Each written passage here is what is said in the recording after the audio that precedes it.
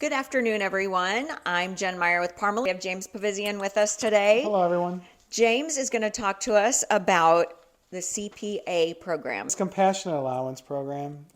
It's a very unique and important process Social Security has for some very specific illnesses. What the program is there's certain conditions that Social Security has identified that if you just have that diagnosis, there's just no question you're disabled. And the reason for that is because these are conditions that the medical community has determined are essentially terminal once you get the diagnosis. When you look at that list, I would say about half of them, if not more, are conditions you're just born, like a child would be born with, and lead to death pretty quickly. And then the other half are diseases you generally get later in life that would, once you have the diagnosis, we're talking about probably a life expectancy of 1 to 5 years at most. So Compassionate Allowance Program, again, if you have that diagnosis, you get the disability done. So a simple example is liver cancer. There's only a handful of cancers that are on that compassionate allowance list. So liver cancer, it's one of those cancers where it's almost impossible to identify early on. So by the time they do identify it, it's usually late stage. And you're looking at a life expectancy of like 1 to 2 years max. So Social Security said, look, if you have this diagnosis, if it's confirmed, we're not even going to question whether you're able to work. We just approve it. So let's talk about the Social Security Administration's Blue Book. What is this? This is different than the Compassionate Allowance Program. It contains a lot of different conditions, so we'll use cancers again. This Blue Book contains like breast cancer, other types of cancers that are not as terminal if you're diagnosed. And they say, look, if you have this cancer, if you have these other medical findings, we'll find you automatically disabled.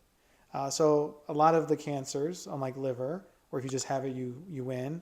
You have to prove that it's reoccurred or it's inoperable, in addition to having the diagnosis.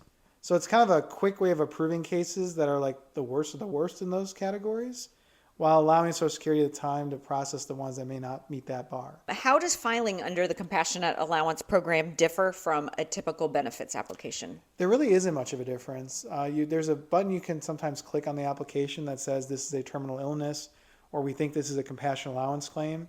But even if you don't click that, let's say you're having someone else help you file, because we certainly will click it if it is, then Social Security it's all AI now, right? So when they type in the conditions you have, the computer is going to recognize, hey, this is one of those conditions that's a compassionate allowance, and move the case to where it needs to go.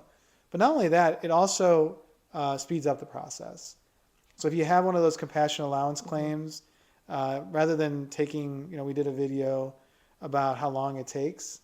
Instead of taking 5 to 7 months, it usually takes about 1 to 3 months to get approved because they expedite everything. Are the payments expedited as well? Yes. They are. That's great. Great Everything news. is expedited.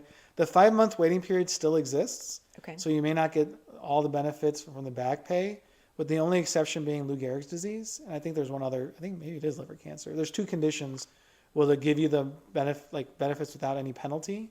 But most of the other ones, you still have the 5-month waiting period, but they will pay you right away. Explain 5-month waiting period. It sounds self-explanatory, but just to make sure. Yeah, there's actually legislation right now going through Congress called Can't Afford to Wait.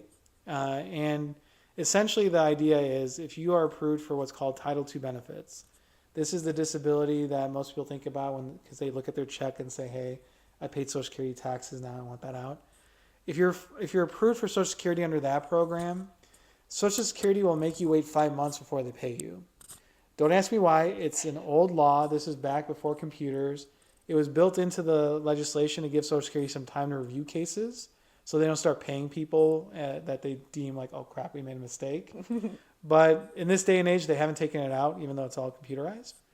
But what they'll usually do, instead of not pay you for 5 months, they'll say, hey, look, you take 5 months less back pay, and we'll just pay you right away.